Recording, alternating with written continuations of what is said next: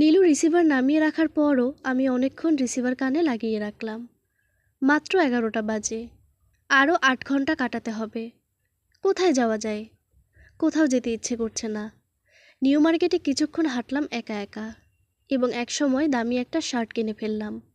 অন্যদিন হলে শার্টের দাম আমার বুকে বিঁধে থাকতো, আজ থাকলো না। দামের কথা মনেই রইল না। 10টি 5-5 কিনলাম এলিফ্যান্ট রোড থেকে। অন্তত আজকের দিনটিতে দামি সিগারেট খাওয়া যেতে পারে। নীলুর জন্য কিছু একটা উপহার নিয়ে গেলে হয় না? কি নেওয়া যায়?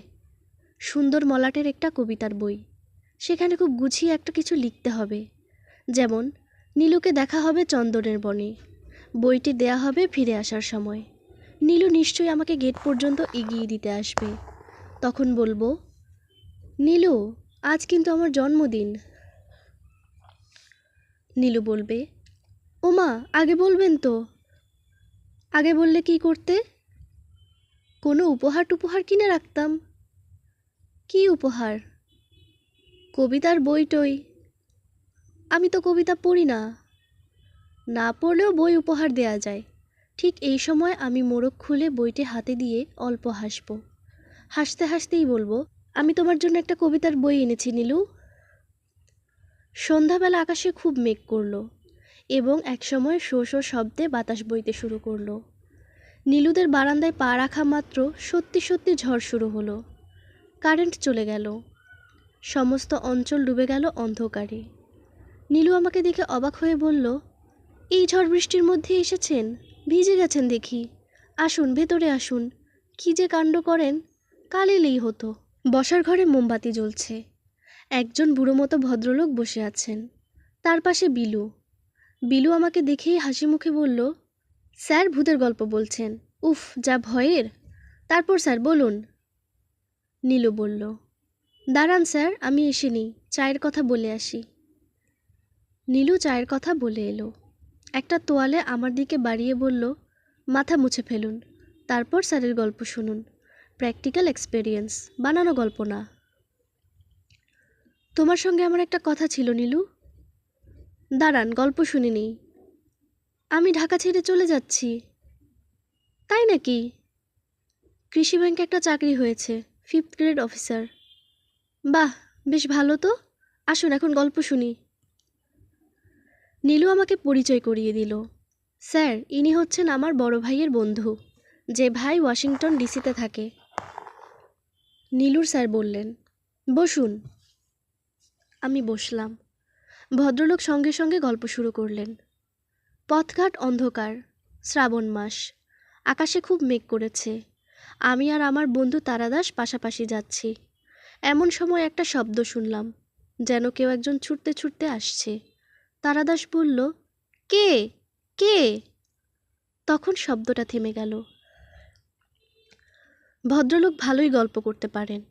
নীলু বিলু মুগ্ধ হয়ে শুনছে। নীলু একটা শাড়ি পরেছে। পরার ভঙ্গিটির মধ্যে কিছু একটা আছে। তাকে বিলুর চেয়েও কম বয়স্ক লাগছে, যেন 6-7-এ পড়া বালিকা শখ করে শাড়ি জড়িয়েছে। গল্প শেষ হতে অনেক সময় লাগলো। নীলু উঠে গিয়ে চা নিয়ে এলো। আমি বললাম, তোমার সঙ্গে একটা কথা ছিল নীলু। নীলু অবাক হয়ে বলল, একবার তো বলেছেন। কি বললাম? কৃষি ব্যাংকে চাকরি নিয়ে ময়মনসিংহ যাচ্ছেন। এই কথা না, অন্য একটা কথা।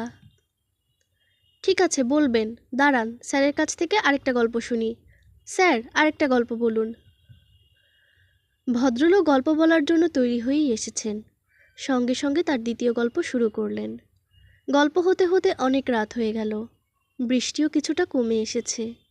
নীলু ব্যস্ত হয়ে তাদের ড্রাইভারকে গাড়ি বের করতে বলল। আমি স্যারের পাশে বসলাম। নীলু হালকা গলায় বলল, আবার আসবেন মঞ্জু ভাই।